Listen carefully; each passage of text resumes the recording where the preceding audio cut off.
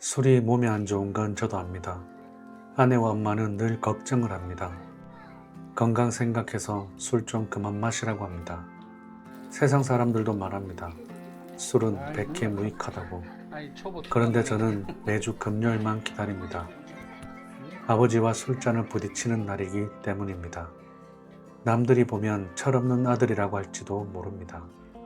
매주 아버지 붙잡고 술이나 마시는 아들.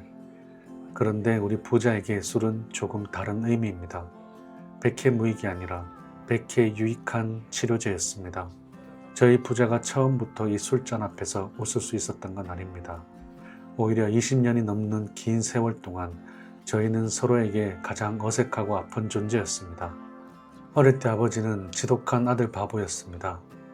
무뚝뚝한 성격이셨지만 저한테만은 아낌없이 주는 나무였습니다. 제가 무슨 생각을 하든 어떤 행동을 하든 항상 내 편이었고 늘 내 눈높이에 맞춰 놀아주셨습니다. 그래서 초등학교 때 존경하는 위인을 적어내라는 숙제가 있었을 때도 친구들은 세종대왕 이순신 장군을 적었지만 저는 당당하게 우리 아빠라고 적었습니다. 제 세상의 중심은 언제나 아버지였습니다. 건강하고 단단했던 아버지. 제 인생의 위인은 늘 아빠였습니다. 그렇게 영원히 화목할 줄 알았던 세상이 17살 겨울 예고도 없이 흔들렸습니다. 멀쩡히 우리 집에 있는데도 엄마는 갑자기 옷가지를 챙겨 저를 이종사촌 집으로 보냈습니다. 아버지는 멀리 일하러 가셨고 엄마도 바쁘다는 것이 이유였습니다. 영문도 모른 채 12평짜리 좁은 아파트 구석방에 짐을 풀었습니다. 나이 차이 많이 나는 이종사촌 누나 부부와 어린 동생들 틈에서 매일 눈치를 보며 지냈습니다. 집에는 갈 수 없었고 엄마는 전화를 받지 않았습니다. 그리고 얼마 뒤 전혀 예상치 못한 낯선 곳에서 아버지의 충격적인 소식을 들었습니다. 숨막히는 시간 속에서 사촌 누나는 저를 교회에 보냈습니다. 누구를 위해 기도하는지도 모른 채 그냥 사람들을 따라했습니다. 그렇게 시간을 보내고 있던 어느 일요일이었습니다. 예배 중이던 목사님이 갑자기 익숙한 이름을 불렀습니다. 오늘은 님을 위해 다 함께 기도합시다. 지금 죽을 고비를 넘기며 병마와 사투를 벌이고 계십니다. 우리 아버지 이름이었습니다. 순간 깍지 낀 손을 풀고 고개를 들었습니다. 무슨 말인가 싶어 귀를 의심했습니다. 그리고 그 순간 왜 내가 집에 가지 못했는지, 왜 엄마가 전화를 받지 않았는지, 왜 아무도 아무 말도 하지 않았는지 모든 게 이해됐습니다. 저는 목사님에게 달려갔습니다. 우리 아빠요? 지금 무슨 말씀하시는 거예요? 우리 아빠가 죽을 고비라고요? 목사님은 제가 알고 있는 줄 아셨던 모양입니다. 당황한 얼굴로 고개를 끄덕이셨습니다. 아버지가 위암 수술을 받았고 돌아가실 수도 있다는 사실을 저는 그 낯선 교회에서 처음 알았습니다. 기도를 해주시려는 목사님께 소리를 지르고 무작정 교회 밖으로 뛰쳐나왔습니다. 엄마와 누나에게 전화를 했지만 아무도 받지 않았습니다. 그날 오후 영문도 모른 채 겁에 질린 어린 동생들이 제 옷자락을 붙잡고 울던 모습이 아직도 생생합니다. 나중에 알았습니다. 아버지를 유난히 따르던 제가 충격받을까봐 엄마는 사실을 숨기셨던 겁니다.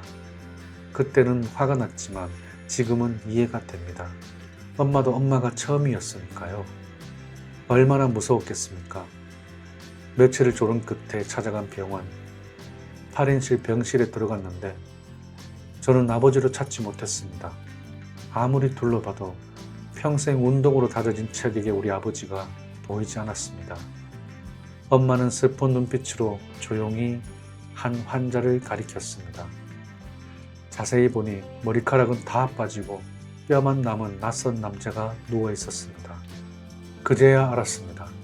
그 사람이 우리 아버지라는 걸. 눈물이 터질 것 같았습니다.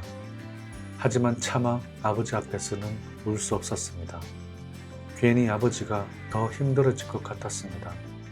그래서 아무렇지도 않은 척 말했습니다. 우리 아빠 많이 말랐네. 그 말만 남기고 병실을 나왔습니다.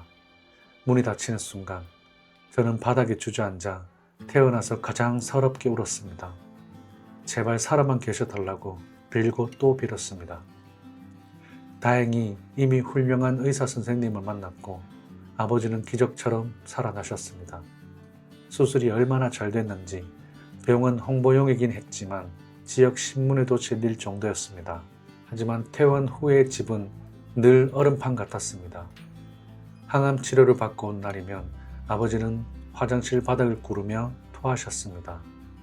그럴 때마다 저는 아버지 등을 주먹으로 두드렸습니다. 세게 두드려야 속에 타들어가는 고통이 조금은 덜하다고 하셨습니다. 울면서 아버지 등을 두드리던 그 밤들을 저는 아직도 잊지 못합니다. 아버지는 정말 독한 분이셨습니다. 살기 위해 산을 오르고 좋다는 건 다 찾아 드셨습니다. 그 옆에서 엄마는 정말 많은 고생을 하셨습니다. 그렇게 우리 가족은 함께 병마를 이겨냈습니다. 그 이후 우리 집에는 보이지 않는 규칙이 생겼습니다. 아버지 앞에서는 큰 소리도 안 된다, 걱정도 안 된다, 속 썩이는 일도 안 된다. 엄마는 늘 말씀하셨습니다. 아빠 스트레스 받으면 암 재발해. 그 말은 어린 저에게 주문처럼 박혔습니다. 저는 아버지를 위해 착한 아들이 되었어야만 했습니다.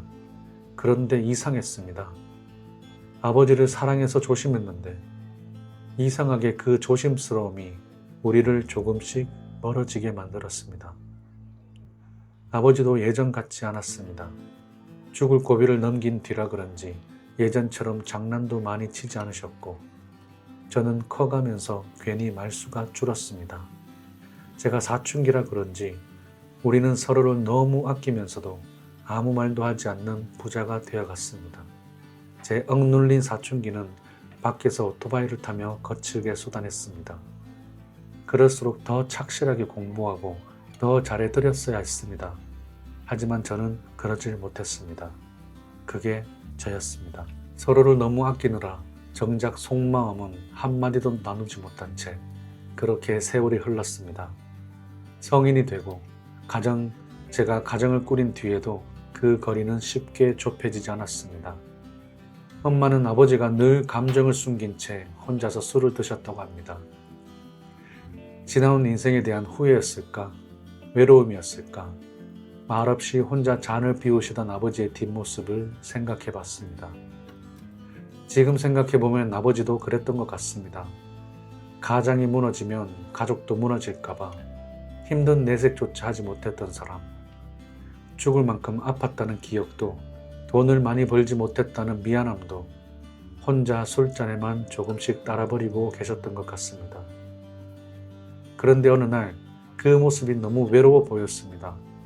그래서 어느 금요일 날에 제가 먼저 다가가 잔을 채웠습니다. 처음에는 어색했습니다. 무슨 말을 해야 할지도 몰랐습니다. 그냥 말없이 잔만 부딪혔습니다. 그런데 신기하게도 그날부터 기적이 일어났습니다.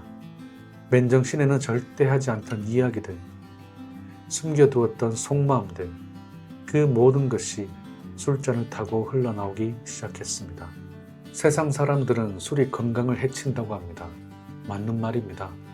그런데 저에게 술은 다른 의미였습니다. 단단히 잠긴 감정의 틈을 열어주는 열쇠였습니다. 어떤 문은 힘으로 열리지 않습니다. 오래 잠긴 마음은 가끔 술 기운 정도는 빌려야 열립니다. 그 틈으로 서로의 못난 진심이 흘러나왔고 우리는 비로소 서로를 이해하기 시작했습니다. 맨정신에도 충분히 할 수 있는 대화였을지 모릅니다. 그런데 우리는 그러지 못했습니다. 서로 미워해서가 아니었습니다. 오히려 너무 아껴서였습니다. 괜히 걱정할까봐, 괜히 마음 아플까봐 그렇게 삼킨 말들이 술잔 앞에서야 겨우 밖으로 나왔습니다. 그래서 술이 그 역할을 대신 해준 것 같습니다. 우리는 술을 마셔도 주장을 부리지 않습니다. 그저 웃고 떠들고 노래방 가서 노래를 부르고 즐겁게 시간을 보냅니다.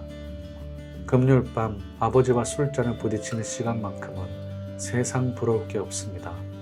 그렇게 즐겁게 놀다가도 술 기운이 깊어지면 아버지는 제 앞에서 가만히 눈물을 흘리셨습니다. 평생 공장 다니며 열심히 살았는데 돈이 없어서 미안하다고. 아들 결혼할 때도 힘들 때도 제대로 도와주지 못해서 미안하다고 하십니다. 암 수술을 하고 나니 건강이 최고라는 걸 알았다고. 그저 살아야겠다는 생각뿐이었다고. 그 말을 들을 때마다 참 이상했습니다. 저는 단 한 번도 아버지를 원망한 적이 없는데 아버지는 평생 혼자 미안해하며 살아오셨던 것입니다. 아버지가 미안해하실 때마다 오히려 제 마음이 더 아픕니다. 그리고 매주 금요일의 술자리만큼이나 제 가슴을 가장 먹먹하게 만드는 우리 부자만의 오랜 의식이 있습니다. 아버지는 지금도 제 머리를 직접 깎아주십니다. 군대에서 신병들 머리 깎아주던 그 솜씨 그대로입니다.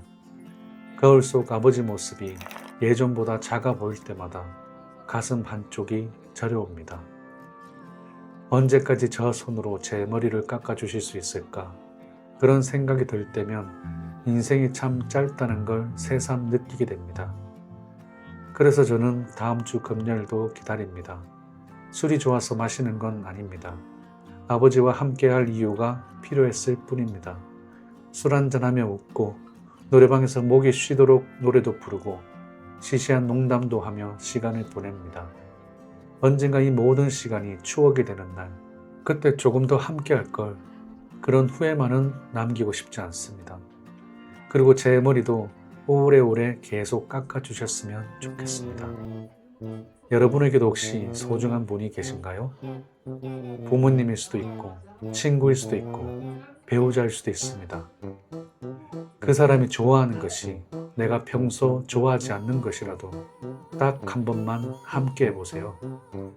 어쩌면 그 시간이 나중에는 가장 소중한 추억이 될지도 모릅니다. 저는 다음 주 금요일에도 아버지와 술 한잔 하러 가겠습니다. 오늘도 소중한 사람과 후회 없는 하루 보내시길 바랍니다. 긴 영상 시청해 주셔서 대단히 감사합니다.